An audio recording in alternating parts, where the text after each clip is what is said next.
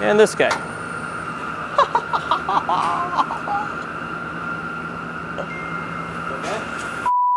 Hello and welcome to the product overview and installation video of the Datsun 510 trailing arm bearing kit and camber and toe brackets.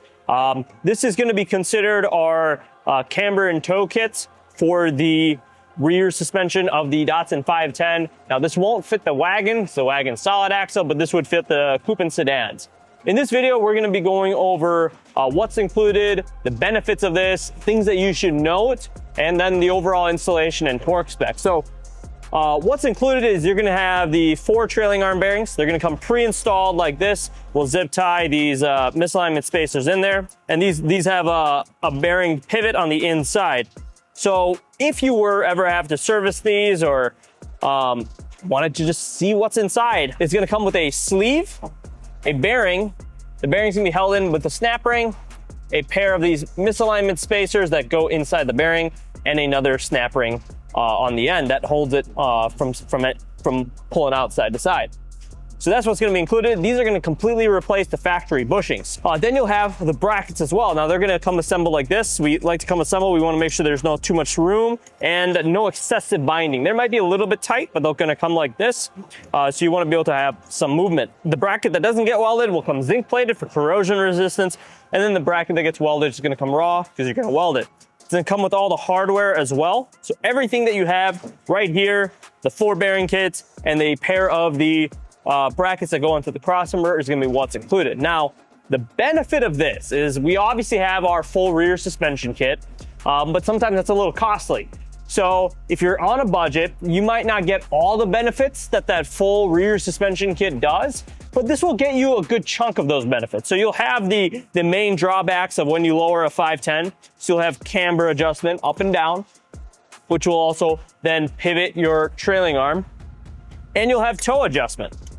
So in this, you can reduce your camber as much as you can, and you can add toe, pull toe out.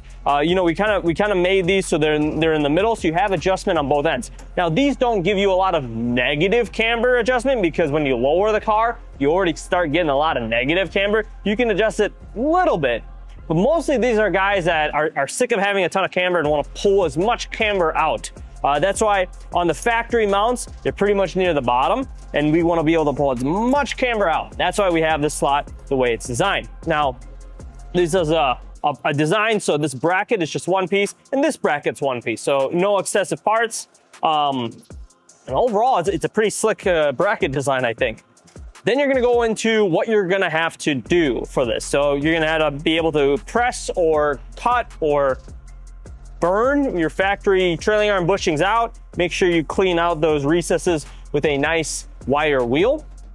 Then you're also gonna have to cut out the factory brackets. Now, you can see on this side, we kept this bracket here.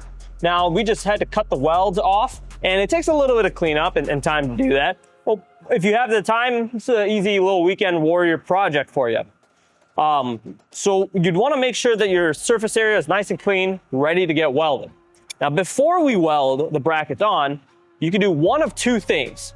You can measure the distance in the middle and make a mark on where that center is, and then on your bracket, measure the distance and make a mark on where that center is. That should be fine. What we like to do is we like to press in the bearings first. So that way, this side will hold that one bearing very, very true and tighten it down.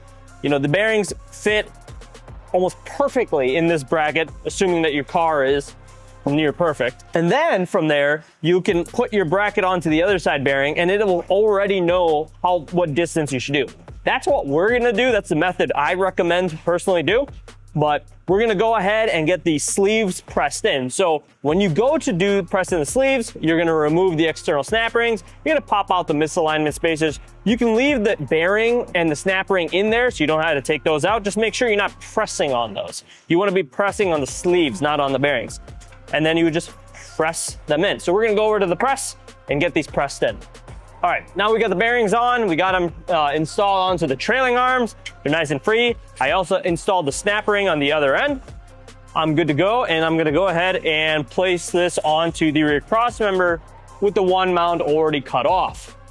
All right, so now we're gonna go ahead and mate the brackets up. So I'm gonna first start with my OEM factory one. Now, be careful because you will pinch your fingers if you're not watching what you're doing. Okay.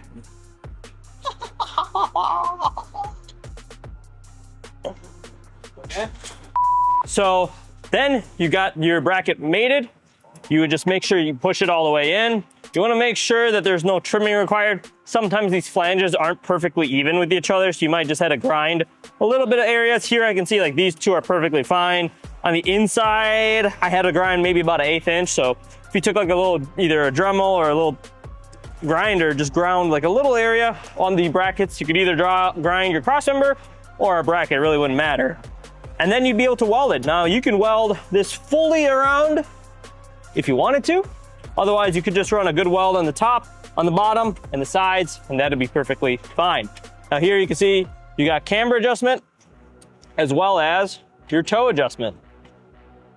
So a pretty nice way to get camber and toe adjustability at a fraction of the cost of our complete rear suspension kit. All right, and that's really all we have now. All right, and then for torque specs, the one bolt in the back here, that's the factory torque setting. The center bolt here, you could do to about 15 to 20 foot-pounds. You could do even more than that if you're noticing that they slip ever, but generally anything above 15 foot-pounds, we know that it holds pretty tight. And then these two locking bolts, you could do to 20 to 25 foot-pounds, kind of the same thing, although unlikely. If these were ever to slip, you're welcome to just torque them a little more, and it hopefully should stay where it goes. We, at least when we tested it, we did them all at around 30 foot-pounds, and we haven't noticed anything moving, shifting, or adjusting after some rigorous driving and testing. But you know, if you have to over torque them, feel free to do that. Now that really covers about all this. You know, you got your really nice toe adjustment here. You can see how your control arm is able to get a ton of toe adjustability. And then same thing with camber, you got even more camber adjustability. So this is a really nice welded DIY setup, a nice little weekend warrior project, if you will. And overall, I think at the price point that we have for the trailing arm bearings and the brackets, this is a no-brainer buy. If you have the budget, go with the full rear suspension kit. If you don't, we got something for you as well. If you have any questions or concerns, give me a call or Tyler and shoot us an email. We'll see you on the next one.